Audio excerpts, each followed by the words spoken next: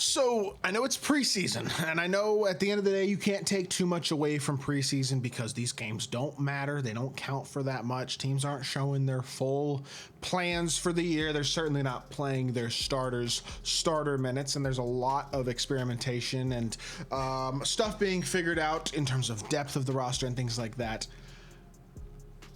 But if your takeaway from the Spurs preseason is anything but this team looks really, really, really interesting and very, very prepared to be really competitive, especially if they get legitimately healthy and can stay legitimately healthy throughout the year. Obviously, there were issues with De'Aaron Fox and Victor Wembanyama last season health-wise. Obviously, Wemby seems to be fully, entirely recovered, and they obviously were blessed to be able to bring in Dylan Harper this offseason, which was another really, really nice addition in the draft. Luke Kornet feels like a massive free agency addition to this team as well, a guy who in Boston was at times a novelty and at times a luxury for them, but has really developed into a very good NBA player, and I think has the potential to be extremely, extremely impactful, playing both alongside and in place of Victor Wembanyama in different styles of lineup for the Spurs. I really like the look of this team. They have question marks for sure, and I think the number one question mark is going to be the shooting around Wemby, but they will be, with a healthy Victor Wembanyama, an elite defensive team. That's a guarantee. When he is on the court, last year they were the third best defensive team in the league, and I think they're more prepared this year than they were last to be better when he is off the court on the defensive end of the court. This will be a great defensive team. The question is, can they be a good enough offensive team to do special things? I'm not sure they're ready to do truly special things this year in terms of contending to make deep playoff runs and things like that, but the play-in feels like a very reasonable goal. The playoffs feel like a very reasonable goal for the Spurs team, and there is no reason for me to believe that Victor Wembanyama cannot be one of the 5 to 7 best players in the world this year. That type of player is the type of player who leads you to playoff berths, especially when you have a De'Aaron Fox next to him. You have a second-year player in Stephon Castle who absolutely is capable of taking another good jump and was one of the better rookies in the league last year. If he can shoot the ball better, that would be huge. You do have, I think, some legitimate wing pieces, and guys like Devin Vassell, Harrison Barnes, Julian Champagnie. Dylan Harper actually reminds me, interestingly, of like a bigger De'Aaron Fox in a lot of ways. A lefty, athletic, explosive finisher who has some shooting touch and some clutch ability. Like Carter Bryant was another really nice first-round pick that I think, again, provides the floor spacing, defense, and athletic ability that fits a very valuable role in this team. I haven't even mentioned Keldon Johnson and Jeremy Sohan and guys like that who have the potential to impact this roster as well. They're like decently deep, and they look really interesting and potentially really good. They have legit guard depth. They have legit big man depth now with a guy behind Wemby and Luke Kornet, who I think is a real NBA player, and not just a real NBA, like a role player. I think he's a real impact guy. And then again, if you get a jump from Stephon Castle, if you get a Dylan Harper who comes in and is immediately a quality NBA player and shows that potential to continue to develop as well, the sky's the limit for this team, because at the end of the day, it starts with Wemby. 27 points, 11 rebounds, 4 assists, 3 steals and a block. Yes, 7 turnovers. It wasn't perfect, but another ridiculous start for him. I mean, if you look at the preseason numbers, he's been wild. 19 minutes a game, he's scoring 17 points a game, shooting 63% from the field and 44% from 3. 87% from the free throw line. It's damn near 60-40-90 in the preseason. Absurd. He's averaging, 17 and 8 in 20 minutes a game, while averaging 5 assists, a block, and a half a steal a game. He's going to average like 3.5 blocks, a steal, and he's going to average like 3 blocks, a steal, and shoot like 60% from the field this year.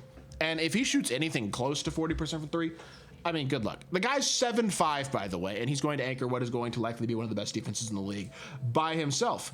But then again, the shooting around him is what's encouraging to me. Now, Keldon Johnson is not going to shoot 71% from 3, and neither is Stephon Castle going to shoot 50% from 3, and neither is Julian Champagnie going to shoot 58% from 3. These role players have been on uber heaters to start off the preseason, obviously. But is it possible that Stephon Castle goes from, as a rookie, let's see, what did he shoot last year as a rookie? I don't remember the exact numbers, but is it possible that he goes from a 28% three-point shooter to a 32 or 33% three-point shooter and just starts to show some improvement in that aspect? I don't see why not.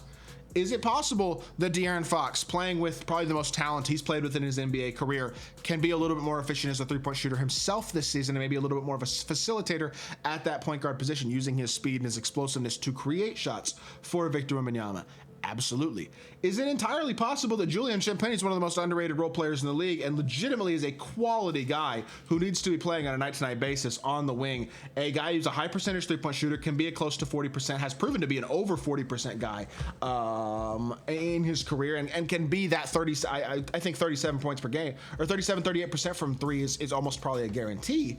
Is he a special offensive player? No. Is he the type of role player that nobody talks about but actually plays a very valuable role on a team that needs his outside shooting? 100%. Harrison Barnes is one of those veteran leaders that every type of team, every locker room needs. He didn't shoot well tonight. He was minus 19, and I'm not sure he's going to have a gigantic role all year for this team, but front court guys who can play next to Wemby and can shoot the ball and space the floor are valuable, and he is one of those guys, again, who is known and proven to be a consistent knockdown shooter for a long time. And yeah, I wonder about the fit of Stephon Castle at times if he can't shoot the ball. I wonder what Jeremy Sohan's career is going to look like at this point. You know what I mean? Because obviously I think there's some question marks there with his lack of shooting. I just have a hard time believing that a guy like him is going to be really, really impactful without being able to shoot the three-pointer, like as his career progresses anyway. That being said, he has shown some interesting flashes. He was only 31% from three last year still. You hope to see that improve, and it kind of needs to. Otherwise, he may find himself odd man out a little bit in these rosters, especially with a guy like Carter Bryant coming in, who's likely to be that mold of athletic 3-and-D wing that the teams are jonesing for these days. I really liked that pick for them. I think he was really, really good in college, and it's a guy who has the potential to, didn't have special numbers in college at all at Arizona, but has really, really impactful versatility defensively, lengthwise, and as a shooter and as an athlete. It's a recipe for success. Do they have the veteran presence necessary to be a contender? I almost would say yes. I think Harrison Barnes, De'Aaron Fox, guys like that have been around for a while, and Wemby is cerebral beyond his years.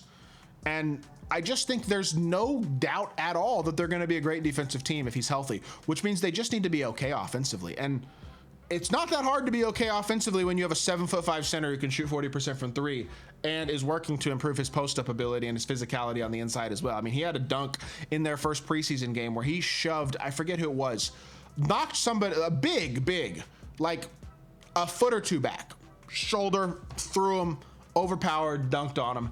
Stuff like that, as Wemby gets bigger, as he gets stronger physically, and I don't mean bigger height-wise, the guy's a freak, but just physically it builds out a little bit more, is going to continue to allow him to continue to expand the way that he plays and be more impactful on the inside and have less of that Kristaps Porzingis syndrome where, yeah, you're an elite size guy, but you don't have the physicality to make those types of plays. That's been the story of Porzingis' career, his entire career. I don't think Wemby's going to have that issue. And the fact he's shooting the ball this well and impacting the game as much as we know he's going to defensively is special stuff. I have very, very high hopes for him to have an incredible year. I hope he stays fully healthy this year. I hope the Spurs can stay healthy because I'd be really excited to see what this team can do. And yes, we've talked about it multiple times, a loaded Western Conference. But at the same time, they're a fun team, and they look like they have the potential to be a legitimately good team. I really like the two additions they made in the offseason in the draft with Carter Bryant and Dylan Harper, and I think Luke Cornett's an awesome bench big for them. I think they're deeper than they were last year. I think they're better than they were last year, and I think they're ready to compete in a loaded Western Conference. So I'm excited to see how it goes, but with that being said, that is going to do it for today's video. I hope y'all did enjoy. If you did, make sure you hit that like button, leave a comment, and subscribe. I'll be back with more NBA content very, very soon, and I appreciate y'all. Peace.